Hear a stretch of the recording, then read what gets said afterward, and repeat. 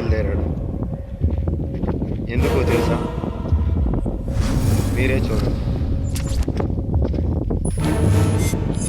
ఇతను ప్రయాణాన్ని కొనసాగిస్తూనే ఉన్నాడు. ఇతను ప్రయాణాన్ని ఎక్కడ ఆపాలో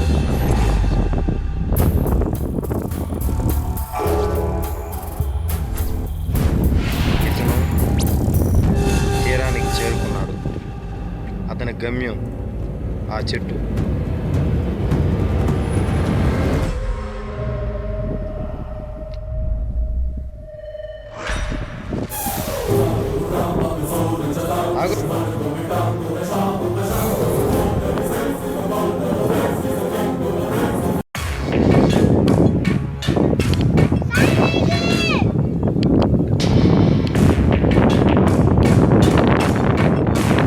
మనసులే మాట్లాడుకుంటున్నాయి. స్వామీజీ, నేను జీవితకాలం బతకాలంటే ఏం చేయాలి అని ఇతను అడిగాడు. స్వామీజీ, నువ్వు మీ ఇంటిలో నుంచి ఎప్పుడు రాకుండా ఉంటావో జీవితకాలం బ్రతకగలవు. మీ ఇంట్లో ఉన్నంత వరకు నువ్వు నీకు ప్రాణహాని అనేదే లేదు.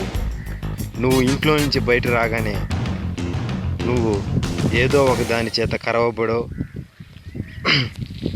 ఏదో ఒక విధంగా చనిపోతావు అని చెప్పాడు. దానికి ఇతను అంటూ తల ఊపాడు. స్వామీజీ